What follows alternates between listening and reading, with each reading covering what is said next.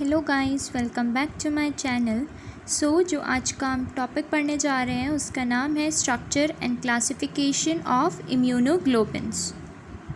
अब हम पढ़ेंगे एंटीबॉडीज़ के बारे में। हम इंट्रोडक्शन से स्टार्ट करते हैं। जो एंटीबॉडीज़ होती हैं नेचर में ग्लाइकोप्रोटीन होती हैं। और कौन प्रोड्यूस करता है एंटीबॉडीज़ को? प्लाज्मा सेल प्रोड्यूस करते हैं। हम कह सकते हैं मेनली कहाँ सिंथेसाइज होती हैं एंटीबॉडीज़? प्लाज्मा सेल में सिंथेसाइज होती हैं। जब भी हमारी बॉडी में कोई एंटीजन एंटर करता है तो उस टाइम पे क्या होता है, उसके रिस्पॉन्स में एंटीजन को किल करने के लिए एंटीबॉडीज़ का प्रोडक्शन होता है। अब हमारा नेक्स्ट टॉपिक है स्ट्रक्चर ऑफ इम्यूनोग्लोब्युलिन्स। हमारे स्ट्रक्चर में क्या होता है कि जो इम्यूनोग्लोब्युलिन्स होता है वो 4 पेप्टाइड चेन से मिलकर बना होता है। 2 हैवी चेन्स होती हैं और 2 लाइट चेन होती हैं। और जो हैवी और लाइट चेन होती हैं दोनों एक दूसरे से बाइंड अप होती हैं थ्रू डाइसल्फाइड बॉन्ड या फिर नॉन कोवलेंट इंटरेक्शन के थ्रू। दोनों ही चेन एक दूसरे से मिली हुई होती है, मतलब हम कह सकते हैं बाइंड होती हैं दोनों एक दूसरे के साथ। अगर अब हम हैवी चेन की बात करें तो हैवी चेन में क्या होता है कि जो इम्यूनोग्लोब्युलिन्स की डिफरेंट क्लासेस होती हैं, 5 क्लासेस होती हैं जो हम फर्दर पढ़ेंगे। तो जो 5 क्लासेस होती हैं इम्यूनोग्लोब्युलिन्स की हैवी चेन, उनमें स्ट्रक्चरली डिफरेंट होती है। हर क्लास में IgG में स्ट्रक्चर डिफरेंट होगा, IgA में अलग होगा, IgM में अलग होगा। तो ऐसे ही हर क्लासेस में हैवी चेन का स्ट्रक्चर क्या होगा, डिफरेंट होगा। लाइट चेन के केस में क्या होता है कि जितनी भी क्लासेस होती हैं इम्यूनोग्लोब्युलिन्स की उनमें सेम स्ट्रक्चर होगा। यही डिफरेंस होता है हैवी चेन और लाइट चेन में, कि हैवी चेन में क्या होता है स्ट्रक्चर डिफरेंट होता है हर क्लास में इम्यूनोग्लोबिन्स के, और लाइट चेन में क्या होता है हर क्लासेस में सेम स्ट्रक्चर प्रेजेंट होगा। Now heavy and light chain के 2 रीजन्स प्रेजेंट होते हैं। फर्स्ट रीजन होता है वेरिएबल रीजन। वेरिएबल रीजन क्या होता है, हम बोल सकते हैं अमाइनो टर्मिनल पोर्शन होता है या फिर फेब फ्रेगमेंट होता है। दोनों ही लाइट चेन और हैवी चेन में प्रेजेंट होता है। और ये किस चीज़ के लिए रिस्पॉन्सिबल होता है? एंटीजन के बाइंडिंग के लिए रिस्पॉन्सिबल होता है। एंटीजन की बाइंडिंग के लिए जो रीजन रिस्पॉन्सिबल होता है वो वेरिएबल रीजन होता है। सेकेंड रीजन है कांस्टेंट रीजन। हम कांस्टेंट रीजन को F फ्रेगमेंट भी बोलते हैं, और ये हैवी चेन का रीजन होता है जहाँ पे ये रिस्पॉन्सिबल होता है बायोलॉजिक फंक्शंस के लिए। इसके बाद मैंने एक क्लिप ऐड करी है, आप उस क्लिप में देख सकते हो। आपको सारे ही रीजन शो कर रखे हैं। अमाइनो टर्मिनल रीजन जिसे हम वेरिएबल रीजन बोलते हैं, कांस्टेंट रीजन शो कर रखा है, उसमें डाइसल्फाइड बॉन्ड शो कर रखे हैं। दोनों हैवी चेन और लाइट चेन के बीच में डाइसल्फाइड बॉन्ड शो कर रखा है। ये आप क्या कर सकते हो, इसमें आराम से देख सकते हो। अब हमारा नेक्स्ट टॉपिक है क्लासेस ऑफ इम्यूनोग्लोब्युलिन्स।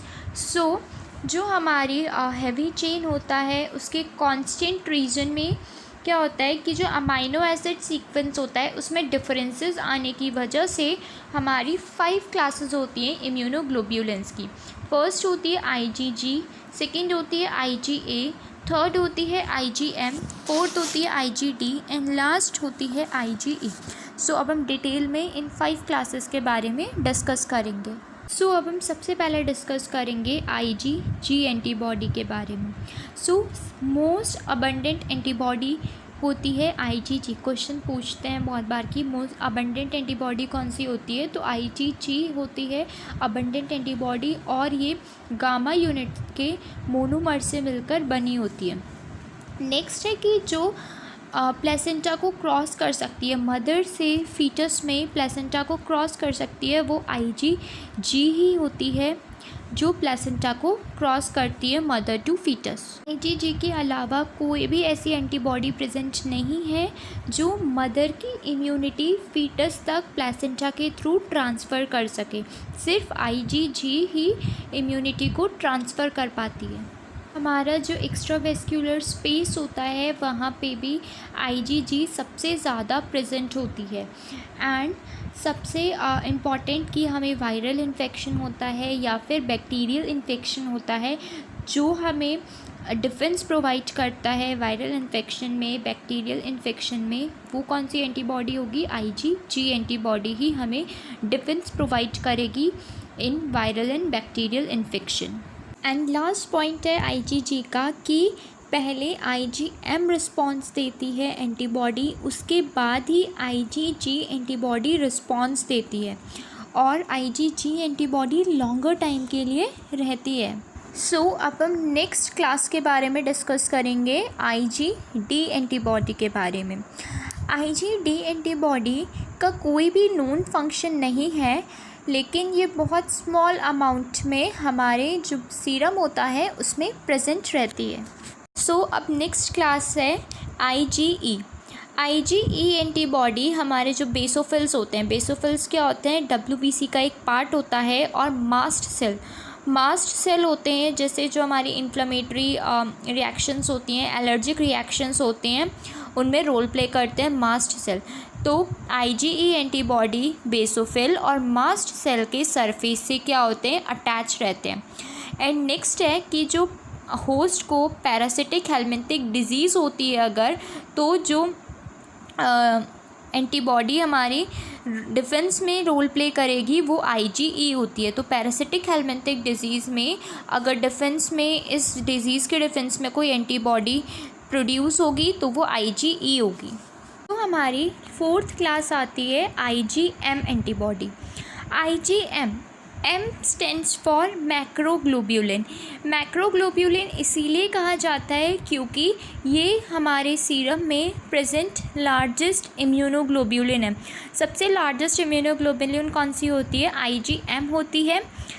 और नेक्स्ट है इसमें कि ये पेंटामर होता है। पेंटामर इसीलिए होता है क्योंकि ये 5 इम्यूनोग्लोब्यूलिन मॉलिक्यूल से मिलकर बनी होती है। एंड ये बेसिकली इम्यूनोग्लोब्यूलिन प्रोड्यूस होती है as a result of primary response. ये जो इम्यूनोग्लोब्यूलिन होती है, ये प्राइमरी रिस्पॉन्स, जब हमारी बॉडी में प्राइमरी रिस्पॉन्स होता है तब ये इम्यूनोग्लोब्यूलिन प्रोड्यूस होती है। इससे पहले वाली वीडियो में मैंने डिस्कस करा है कि प्राइमरी इम्यून रिस्पॉन्स क्या होता है, और जो ये एंटीबॉडी होती है ये शॉर्ट लिव्ड होती है। जो IgM अगर किसी भी पर्सन के सीरम में, ब्लड में IgM प्रेजेंट होगी तो उससे हमें ये पता चलेगा कि रिसेंटली इस पर्सन को इन्फेक्शन हुआ है। और नेक्स्ट चीज़ है कि जो IgM एंटीबॉडी होती है वो प्लेसेंटल बैरियर को क्रॉस नहीं कर पाती है, लेकिन ये एक अर्लीस्ट इम्यूनोग्लोब्यूलिन होता है जो कोई भी फीटस सिंथेसाइज करता है। मतलब अगर किसी भी न्यूबॉर्न की में IgM एंटीबॉडी सिंथेसाइज हुई मिलती है हमें, तो चांसेस होते हैं कि उसे कंजेनाइटल इन्फेक्शन हुआ है। मतलब मदर से इन्फेक्शन किस में ट्रांसमिट हुआ है? फीटस में ट्रांसमिट हुआ है। एंड लास्ट पॉइंट है कि अगर किसी भी पर्सन को बैक्टीरियल डिजीज़ या फिर वायरल डिजीज़ होती है तो जो डिफेंस में सबसे पहले इम्यूनोग्लोब्यूलिन यूज़ की जाती है वो IgM होती है। नाउ अब हमारी लास्ट क्लास आती है एंटीबॉडी की, IgA antibody. IgA antibody monomer की तरह भी अकर करती है और डाइमर की तरह भी अकर करती है, और ये एक G शेप स्ट्रक्चर क्या करती है? फॉर्म करती है।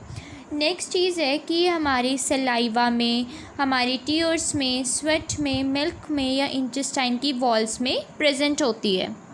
इसमें सबसे इम्पॉर्टेंट पॉइंट ये है कि जो बेबी के बॉर्न होने के बाद जो इनिशियल मिल्क होता है, मदर जो इनिशियल मिल्क सिक्रीशन करती है मिल्क का इनिशियल फ्यू डेज़ में, उसको हम क्या बोलते हैं? कोलेस्ट्रॉम बोलते हैं। तो उसमें भी, कोलेस्ट्रॉम में भी क्या प्रेजेंट होता है? IgA एंटीबॉडी प्रेजेंट होती है। एंड लास्ट पॉइंट है कि जो IgA एंटीबॉडी होती है हमारी बॉडी में फॉरेन सेल को एंटर नहीं होने देती है। आज का लास्ट टॉपिक है इम्पॉर्टेंस ऑफ इम्यूनोग्लोब्यूलिन्स। इम्यूनोग्लोब्यूलिन्स की इम्पॉर्टेंस कहाँ होती है? किसी भी इन्फेक्शन के डायग्नोसिस में ये यूज़फुल होता है।